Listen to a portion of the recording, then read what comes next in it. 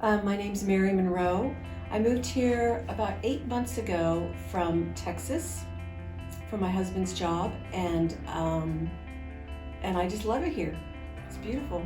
Well, before the program, I was very stiff. I couldn't bend.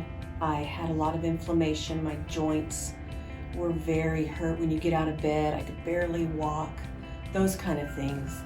After the program, my joints, I can almost kneel now without getting up. I have great flexion, extension. It's just amazing the difference before and after. Well, my biggest concern was the fact that I was getting older and I wasn't able to move like I wanted to. My range of motion was not what I wanted. And I'm a pretty active person, so I knew that internally there was more going on than I realized just externally. There wasn't an option whether I wasn't going to do it or not. I knew that this is something that I needed because my body told me that. Well, if I wouldn't have started this program and taken my health seriously, because your health is your number one priority, that and exercise has to be every single day.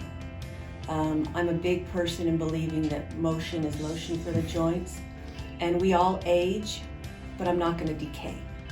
And so I knew that I had to make a drastic difference in my life, what I do and how I eat and everything, my motion that I increased since I started the program.